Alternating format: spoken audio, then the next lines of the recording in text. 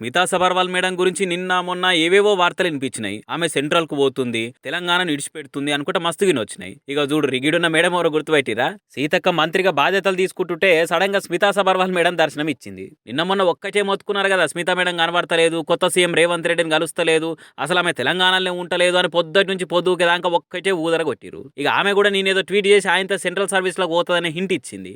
అవన్నీ ఉత్తముచ్చట్లని అది తెలిసిపోయింది. సీతక్క మంత్రిగా బాధ్యతలు తీసుకుంటే సంతకం చేస్తుంటే కనబడి ఆమె ట్రాన్స్ఫర్ మీద జరుగుతున్న ప్రచారం అంతా తప్పని చెప్పగానే చెప్పింది. ఇక ట్రాన్స్ఫర్ మీద మళ్ళీ ఒకసారి ట్విట్టర్లో పంచుకుంది. నేను డిప్యూటేషన్ మీద సెంట్రల్ పోతున్నా అని కొన్ని వార్తలు వస్తున్నాయి, అందులో అసలు నిజమే లేదు, అవన్నీ ఉత్త ఫేక్ వార్తలు, తెలంగాణ క్యాడర్ ఐఏఎస్ గానే రాష్ట్రంలో ఉంటా, సర్కార్ ఏ పని అప్పచెప్పినా చేస్తా, తెలంగాణలో పనిచేస్తున్నంటే గర్వకారణంగా ఫీల్ అవుతా అని అనుకొచ్చింది. స్మితా సబర్వాల్ మేడమే ఇట్లా క్లియర్ కట్ గా ఆమె డిప్యూటేషన్ మీద వస్తున్న వార్తలను ఖండాలుగా ఖండించి కథను ఫుల్ స్టాప్ పెట్టే వరకల్లా నిన్న మొన్న మోగిన వార్తలని కుయ్యమనుకుంటా మూగపోయినాయి. ఇక స్మితా మేడం సెంట్రల్ సర్వీస్ లో పోతలేదు అని తెలియగానే జనాలు మస్తు సంబరపడుతుర్రు. అమ్మయ్యా, మొత్తానికి సబర్వాల్ మేడం తెలంగాణనే ఉంటదట అని ఊపిరి పీల్చుకున్నంత ఫీల్ అవుతున్నారు. కేసీఆర్ సర్కార్లో ఆమె కీలకంగా పనిచేసింది, అట్లనే కొత్త సర్కార్లో కూడా ఆమె పనిచేస్తే బాగుంటుందనే అభిప్రాయం జనాల్లో కనిపిస్తుంది. అందుకే సోషల్ మీడియాలో స్మితా మేడం పోవద్దు, తెలంగాణలో ఉండాలనే కామెంట్లు చేస్తున్నారు.